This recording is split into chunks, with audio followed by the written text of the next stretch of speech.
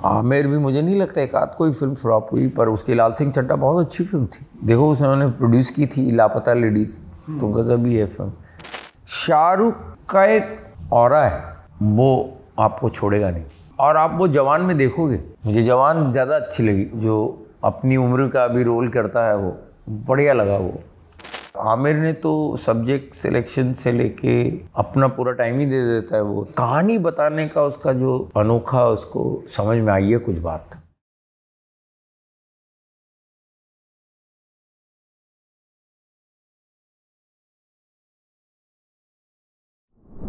बॉलीवुड में अगर हम स्टारडम या सुपरस्टार्स की बात करें, खासकर शाहरुख खान या आमिर खान की, तो शुरुआती दौर से आप उनके साथ जी जुड़े हुए हैं, तो अब कितना चेंजेस देखते हैं इन कलाकारों में? ये जो दौर है, जैसे अभी शाहरुख खान ने वापसी की जवान, पठान और डंकी के ज़रिए, आमिर खान भी लगे हुए हैं वापसी करने के लिए, तो ये जो बदलाव का एक दौर है और कलाकार अपने आप को फिर से जो है स्थापित करते हैं कि नहीं, अभी मेरा समय नहीं गया है, तो ये जो दौर है, अलग अलग दौर जो बीत जाता है, उसे आप कैसे डिफाइन करें? मुझे लगता है कि ये उनका विजडम बताता है कि कितने वाइज है ये लोग, कि ये लोग हारे नहीं।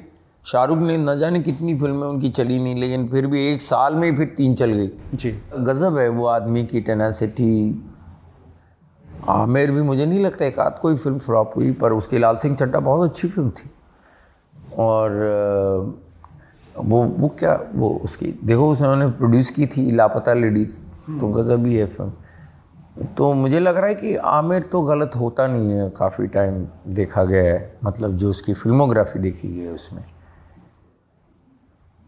दोनों जिनसे मैं पहले मिला था जब वो लोग स्टार नहीं थे, मैंने देखा उनका ग्रोथ बहुत बढ़िया है। आमिर ने तो सब्जेक्ट सिलेक्शन से लेके अपना पूरा टाइम ही दे देता है। वो तो उसका फिल्म मीडियम को समझ के कहानी बताने का उसका जो अनोखा, उसको समझ में आई है कुछ बात।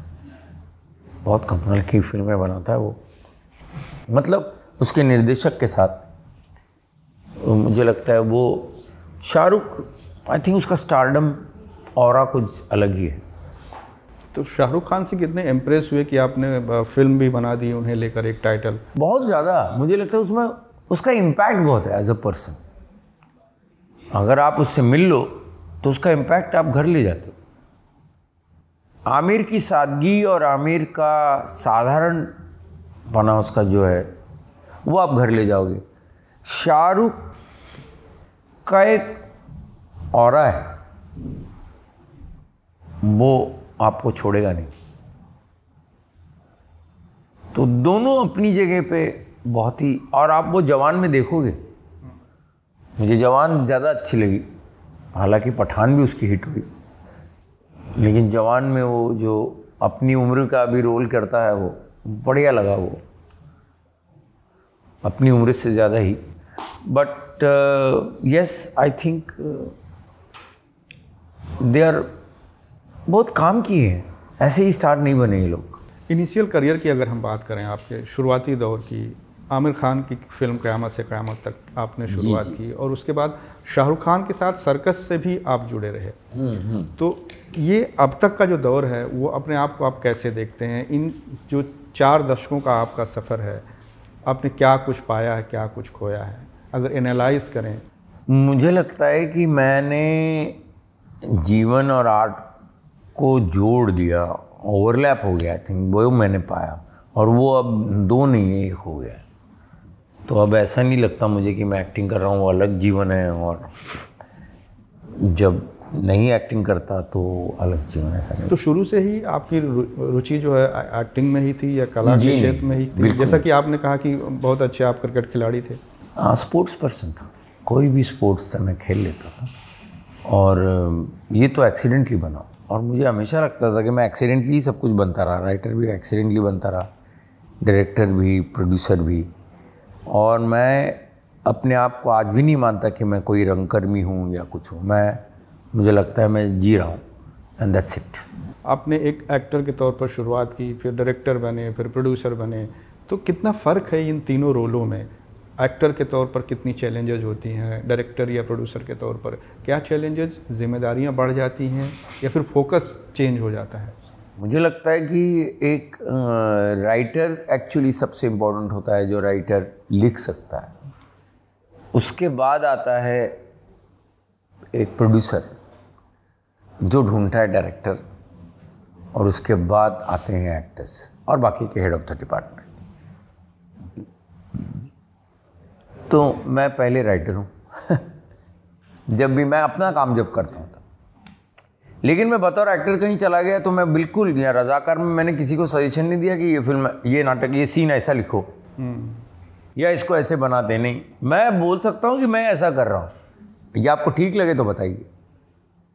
तो वहाँ पर मैं एज ए डायरेक्टर एब्सेंट रहता हूँ, एज एक्टर प्रेजेंट रहता हूँ।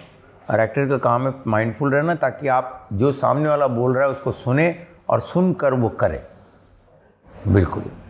और जब मैं डायरेक्ट करता हूँ तब बिल्कुल ही मैं ये भूल जाता हूँ कि मैं अपने आप को एज एन एक्टर हूँ, तो ज़रूर एक्टरों को ज़्यादा समझता हूँ कि मुझे पता है एक्टर की ज़रूरत क्या होती है, तो एक्टर को कैसे रखा जाए, उनको खुश रखा जाए, तो वो ज़रूर करता हूँ मैं। तो अलग अलग रोल्स हैं, और मुझे लगता है एज एन एक्टर जैसे हम अपने अलग किरदार करते हैं, मुझे वैसे लगता है कि आपका हर किरदार आपको निभाना पड़ेगा। आपने इन दशकों में तमिल, मलयालम, तेलुगु, हिंदी, इंग्लिश, मराठी, कई भाषाओं में काम किया।